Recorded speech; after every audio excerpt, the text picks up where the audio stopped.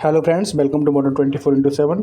चलिए स्टार्ट करते हैं। पर्यावरण शिक्षा का आपका जो सेकंड प्रैक्टिस सेट रह गया था, मेरे द्वारा बनाए गए प्रैक्टिस सेट में से बहुत ज़्यादा क्वेश्चन पूछे गए। अगर आप लोगों ने देखे होंगे तो आप लोगों को पता लग ही गया होगा। और ये लास्ट प्रैक्टिस सेट है, इसको आप ज़रूर देखिएगा। बहुत सारे क्वेश्चन इससे आने वाले हैं और आपका पेपर कल आपके पेपर ख़त्म हो जाएंगे। ठीक है, उसके बाद क्या होगा, आपका प्रैक्टिकल होगा नहीं। फर्स्ट सेमेस्टर में आपका कोई प्रैक्टिकल नहीं है। आपका जो इंटर्नशिप होगा वो आपका सेकंड सेमेस्टर में होगा। ठीक है, तो फर्स्ट सेमेस्टर प्रैक्टिकल को लेकर सोचिए मत, कोई प्रैक्टिकल नहीं है। सेकंड में होगा, उसके बाद आपका फोर्थ सेमेस्टर में होगा। और जो सेकंड सेमेस्टर का जो प्लेलिस्ट है वो भी बना हुआ है। तो आप लोग एग्ज़ाम कल आपके फिनिश हो जाएंगे तो थोड़ा रिलैक्स कीजिए कुछ दिन। उसके बाद बीएड सेकंड सेमेस्टर नाम से प्लेलिस्ट है, उसमें वीडियो बने हुए वो आप देखिएगा। चलिए स्टार्ट करते हैं। स्टार्ट करने से पहले अगर चैनल पर नए हैं तो सब्सक्राइब कर लीजिए, बेल आइकन को प्रेस कर दीजिए ताकि आने वाली वीडियोस की नोटिफिकेशन मिलती रहे। क्वेश्चन नंबर पहला है, मरकरी तथा लेड कारक हैं। किसके कारक हैं? ध्वनि प्रदूषण के, वायु प्रदूषण के, जल प्रदूषण के या भूमि प्रदूषण के? तो ये कारक हैं जल प्रदूषण के। नेक्स्ट है, संयुक्त राष्ट्र संपोषी विकास सम्मेलन को कहा जाता है? रियो 2013, रियो 2012, रियो 11 या रियो 10? तो ये कहा जाता है रियो 2012। रियो शिखर सम्मेलन 1992 की कार्यसूची 21 किससे संबंधित है? तो ये संबंधित है संपोषी विकास से। नेक्स्ट है, निम्न में से एक संपोषी विकास नहीं है? लैंगिक असमानता, शून्य भूख, उत्तम स्वास्थ्य और सेहत, अंतरिक्ष अनुसंधान। राइट आंसर हो जाएगा अंतरिक्ष अनुसंधान। अंतरिक्ष अनुसंधान से संबंधित नहीं है। बाकी लैंगिक असमानता, शून्य भूख, उत्तम स्वास्थ्य और सेहत से संबंधित है क्या? संपोषी विकास। ऊर्जा का गैर परंपरागत स्रोत है? प्राकृतिक गैस, पेट्रोलियम, कोल और लिग्नाइट या वायु ऊर्जा? क्वेश्चन 5 का राइट आंसर हो जाएगा वायु ऊर्जा। क्या है गैर परंपरागत स्रोत? बाकी प्राकृतिक गैस, पेट्रोलियम, कोल और लिग्नाइट क्या है? परंपरागत स्रोत है। अक्षय ऊर्जा के स्रोत के रूप में हो सकता है प्राकृतिक गैस, पेट्रोल, कोयला या सूर्य?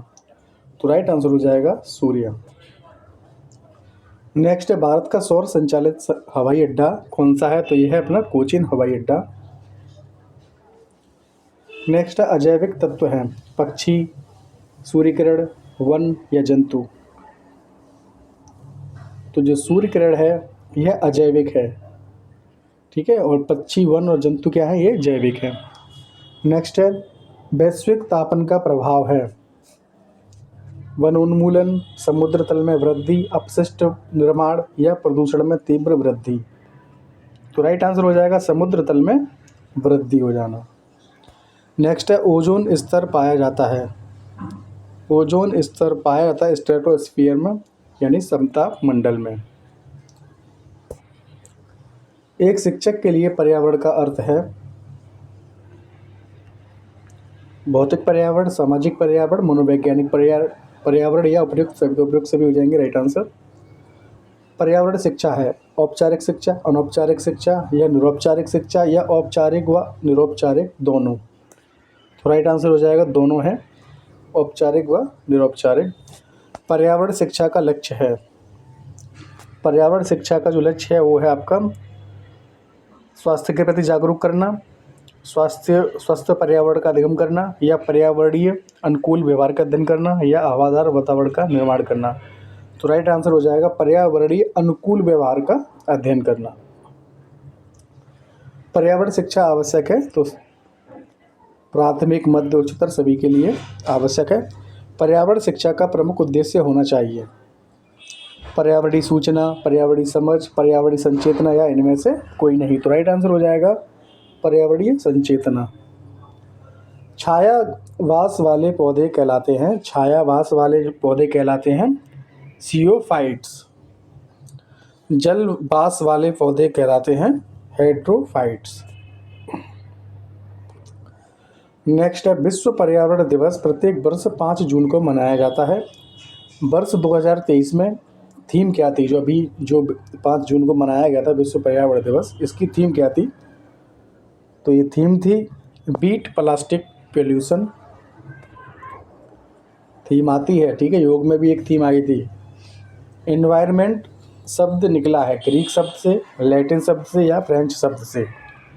तो ये निकला है फ्रेंच शब्द से। आधुनिक कृषि, लैटिन करके मत आना, लैटिन करके आते सारे, ठीक है। कल योग वाला शब्द ही बहुत सारे लोग लैटिन करके आए थे, क्योंकि लैटिन ज़्यादातर है, ठीक है।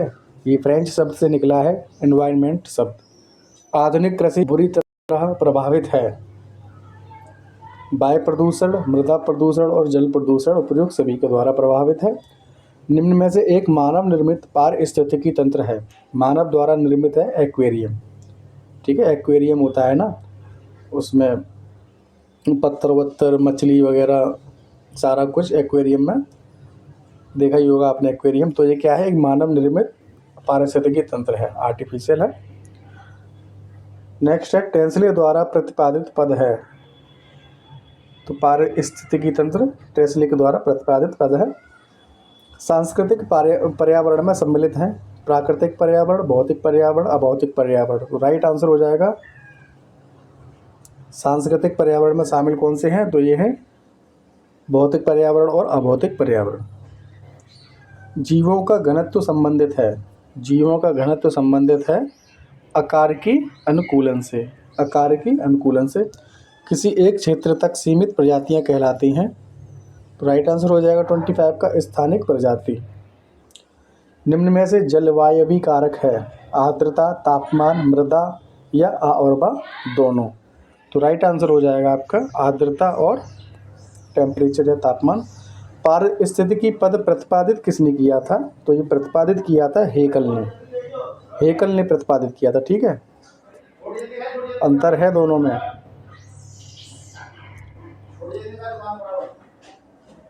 जीव मंडल सम्मिलित करता है तालाब, वन, खेत या उपयुक्त सभी।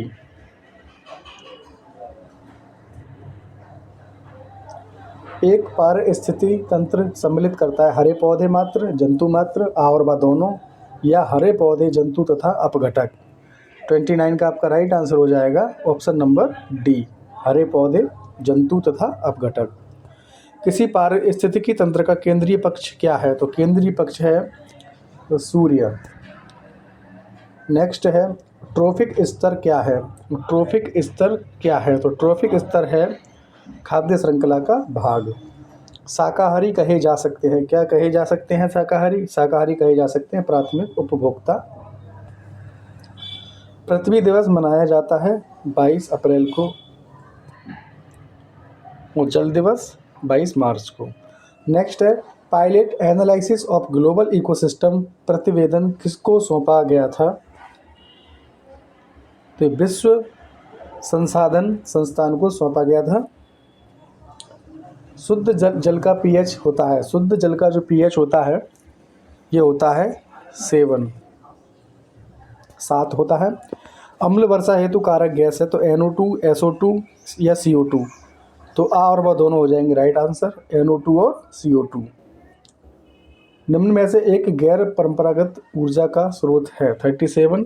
राइट आंसर हो जाएगा ज्वार भाटा ऊर्जा, गैर परंपरागत है।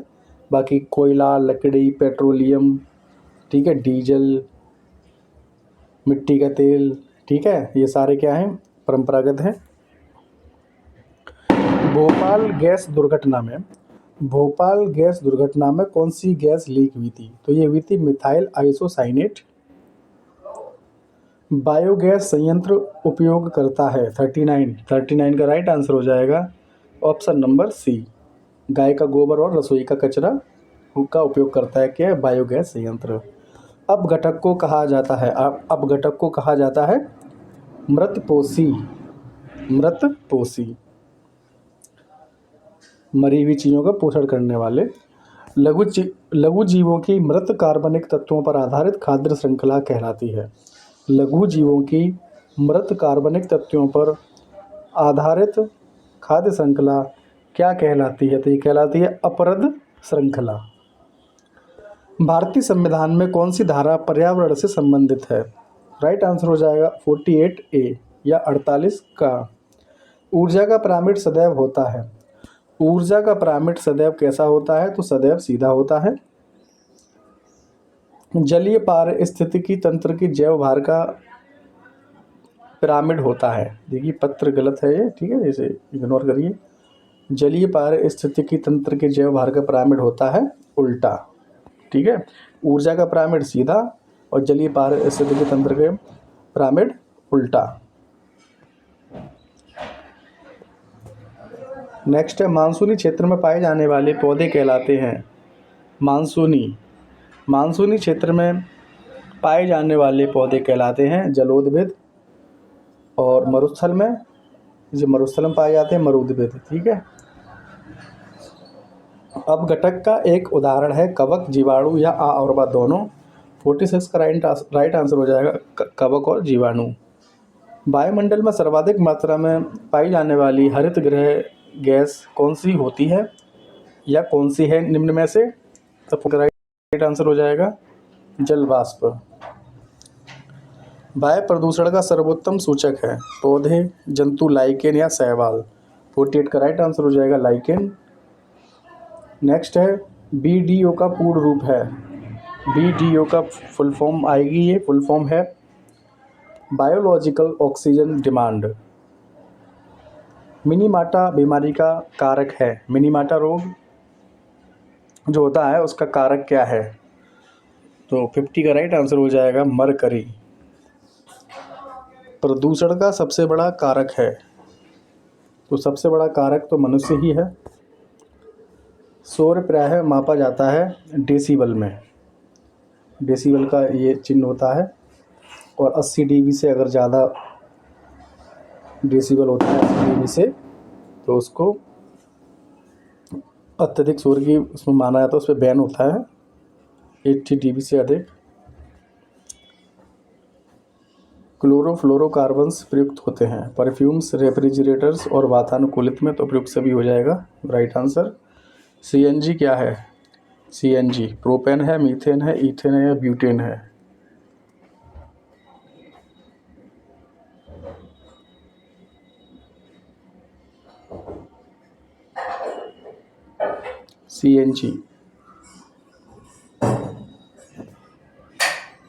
CNG है मीथेन, CNG है methane.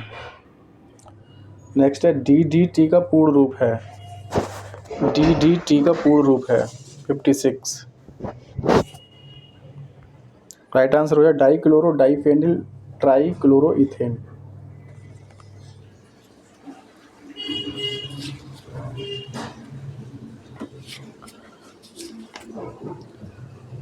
Dichloro diphenyl dichloro trichloroethane ozone क्षरण हेतु सर्वाधिक घातक माध्यम है, ओजोन क्षरण हेतु सर्वाधिक घातक माध्यम है 57 का राइट आंसर हो जाएगा ऑप्शन नंबर ए CFC क्लोरोफ्लोरोकार्बन।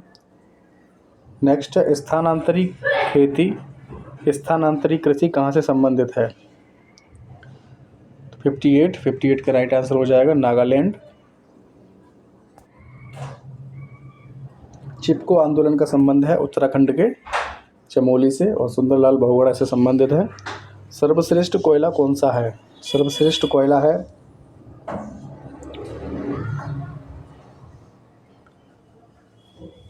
एंथ्रासाइट कोयला, ठीक है, सब सर्वश्रेष्ठ है। एंथ्रासाइट जो कोयला होता है सर्वश्रेष्ठ कोयला है।